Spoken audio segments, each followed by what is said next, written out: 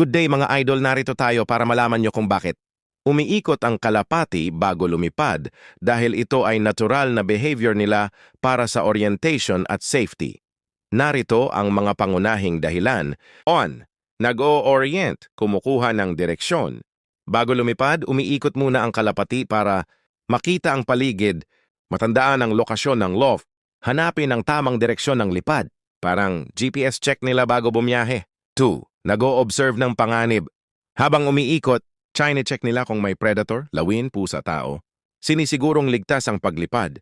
3. Nag-iinit ng katawan, warm-up. Ang pag-ikot ay parang stretching, pinapagana ang muscles. Pinapalakas ang pakpak bago full flight. After. Tinitingnan ang hangin, nararamdaman nila ang lakas ng hangin, direksyon ng ihip para mas maging smooth ang lipad. Summary. Ang pag-ikot ng kalapati bago lumipad ay combination ng orientation, safety check at paghahanda ng katawan. Kung nagustuhan mo at gusto mo pa ng kalapati tips, huwag kalimutan mag-follow, react, comment at share sa AD28 Loft TV para lagi kang updated mga post natin. Maraming salamat mga idol!